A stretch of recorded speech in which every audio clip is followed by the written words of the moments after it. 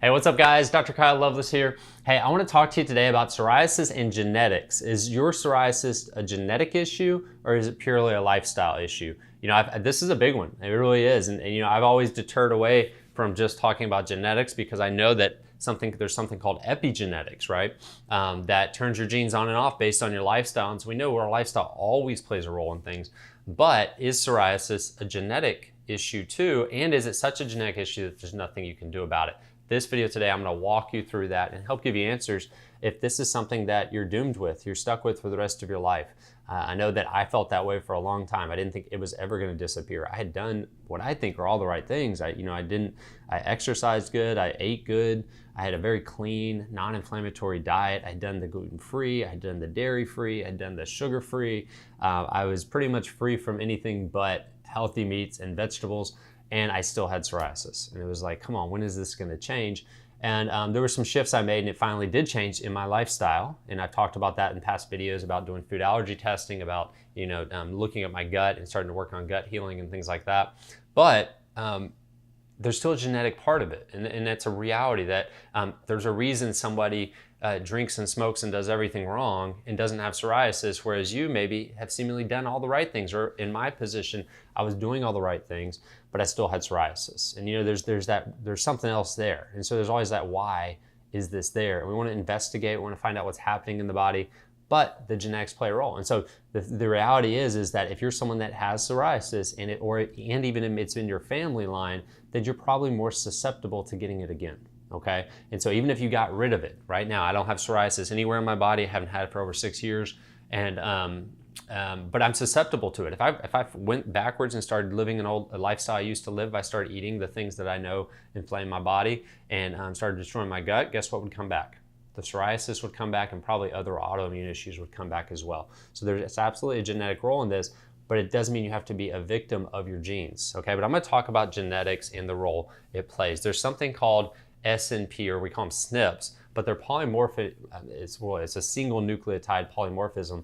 And ultimately, all you need to know about that is that there's a genetic predisposition to the body going into this overactive immune response, creating what's called overactive T helper cells that cause the skin, in this specific SNP, SNP is SNP, the skin to overproduce keratinocytes, okay?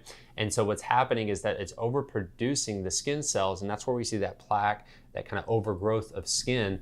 And for some people, it becomes very extreme, and some it's not that bad. So it's a genetic thing there. And so there's certain genetic SNPs that they found, and I've kind of went back and forth on whether or not to go in depth into these, because I don't know how much it really matters to know them, but I do want you to know that it's a reality, okay? And there's something called, and by the way, psoriatic arthritis is actually going to be more hereditary driven than just the cutaneous version, okay? And meaning just the skin version. There's that too. If you've had psoriatic arthritis in your family, it's susceptible that you might have it as well. But they share common immunology. And so I'm looking at this article right here. It's published in 2018. And this is, you can find this on PubMed. It's called Genetic Polymorphism Associated with Psoriasis and Development of Psoriatic Arthritis in Patients with Psoriasis. And what they pretty much went into is, I'll just read this, is PSA and PSC. So arthritis and cutaneous versions share common immunology, in which the interleukin IL-23 and IL-17 plays a critical pathogenic role. Other important cytokines, including tumor necrosis factor alpha, interleukin 12 and IL-22, and interferon with necrosis factors beta being a crucial mediator in the pathogenesis. Okay, I probably shouldn't have read that. But ultimately, what they're saying is there is a pathway, there's a certain connection. They don't have it all figured out genetically what's happening there, but there is definitely a certain connection in psoriasis and psoriatic arthritis to the genetics. And so what do you do about that? If you're somebody that you have psoriasis, you clearly are going to have something going on here. What do you do? And here's the answer.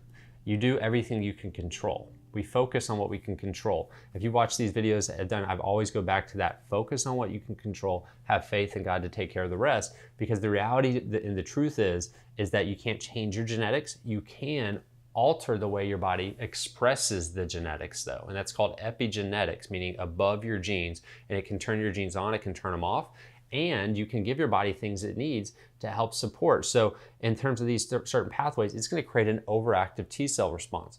Well, let's look at things that can kind of calm the T cell response. There's actually certain herbs that can do that. I talk a lot about Romania. It's a great one. Cat's claw is another one that helps calm that T cell response. Turmeric can actually be very effective in this process as well, in helping balance out inflammation in the nervous system. Curcumin, specifically from turmeric, has been shown to really interfere with that termonecrosis factor growth, overstimulation, causing the autoimmune response to happen, okay?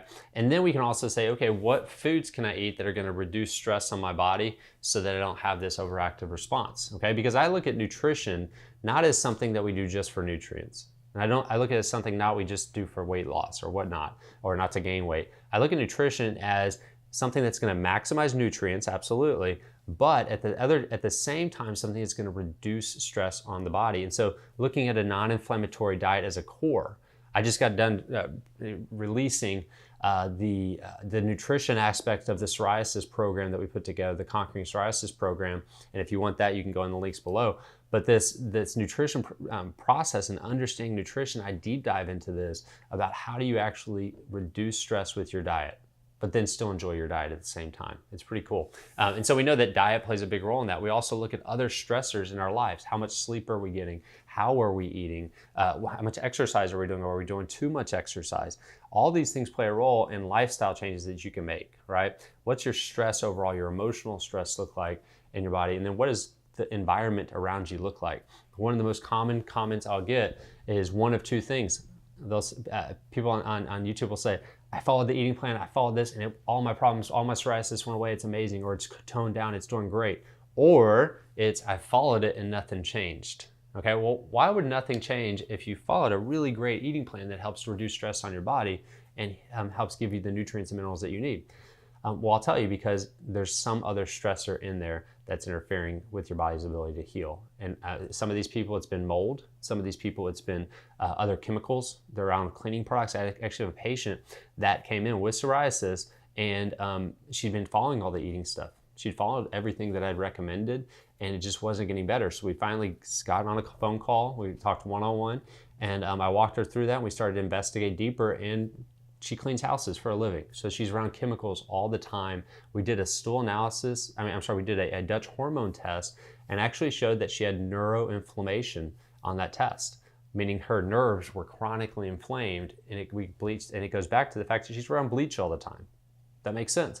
And so we're starting to shift what cleaning products is she using. So yes, you understand it's about continuing to investigate and making lifestyle changes. It's not something you have to have forever just because your genes say it is, okay? Just because you have this polymorphism, and I actually didn't even want to talk about this because I don't want to put it in your brain that it's something you can't control, but it is a reality that it's there. So I also wanted to put it in your mindset, in your spectrum of thinking, so that when you make these changes and you get better and you figure out what it's going to be for you, that you don't say, oh, my psoriasis is gone, I can go back and do whatever I want now. Right? I can go back and live the old lifestyle, because it is absolutely going to come back if you do, okay? And so that's just a heads up there that psoriasis absolutely has a genetic role in it. They're learning more and more about that. I don't think, from what I've read, I don't think all the studies are out yet, or the science is fully closed on that. So they're learning every day, and I'll try to update you guys as I learn more about it. But it's a pretty cool concept to look at, okay?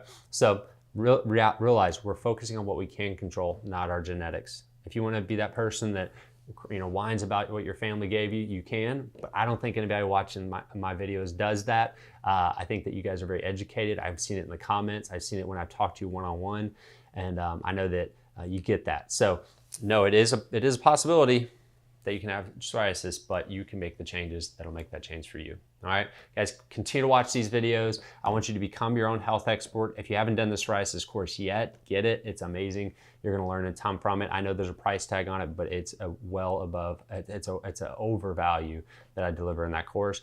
And if you want the smaller version, the beginner's version, we'll call it, get the 5-day blueprint of how to get rid of psoriasis and beginning steps of how to get rid of psoriasis.